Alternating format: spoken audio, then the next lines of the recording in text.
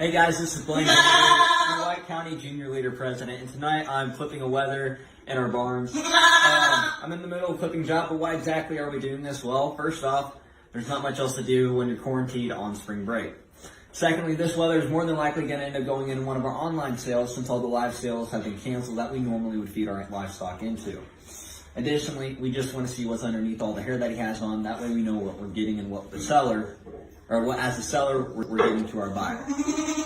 Now, first and foremost, when you're clipping the animal, first thing you're going to want to pay attention to is your clipper care.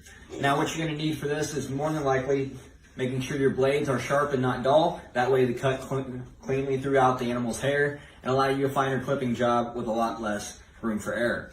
Additionally, you're going to want some clipper lube, which lets you make sure the blades stay cooled down and functional throughout the entire process. Now, when you're applying the clipper lube, what you want to do before you even start to clip the animal is go right over the top of the blade.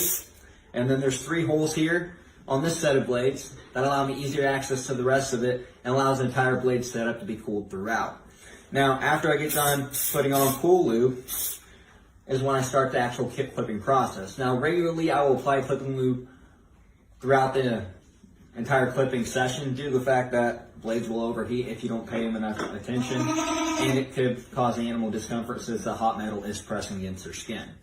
Now, normally what I like to do when I'm clipping is first and foremost start down the top line. So what I'll do is I'll just go down the top straight and keep going off of that. Now the way I'm working is I'm working from tail to head usually when I'm going that direction. Now there's only 2 directions that I usually go when I'm clipping the animal. Like I said, the first motion is going from tail to head. The next motion is going from ground to the air. So what this means is that usually on their underside of their belly all the way up to their top, I'll come down here and I'll just start and go up the side,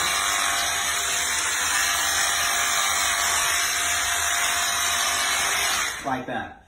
Now, usually I'll do that from their shoulder and their neck all the way back throughout here. And usually when I stop doing that is usually right when I reach about here. That way I can do the rest of it going this way. Now, usually by doing this crisscross pattern, it allows me to get any hair that might have ran over previously by the blades, and it allows me to get a little bit cleaner clipping job. I usually do go back over the same spots that I've clipped already, such as I'll go back over his top one more time here after I get done with this video, and over the rest of his body as well. Now, in the end, the animal, so this side is kind of what I'm in the middle of right now. But on this side, it's pretty much done already.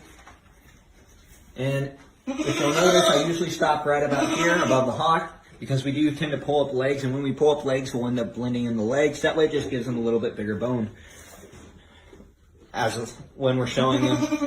Also, it's easier to use a smaller set of blades when you're going up around their head and around on their underside by their teat structures. And in this case, this buck still has his testicles on him, even though he does have a band to become a wether. So with this in mind, we have to be careful in that general area. Now, that's kind of it for what we just covered right now. There's some basic clipper care.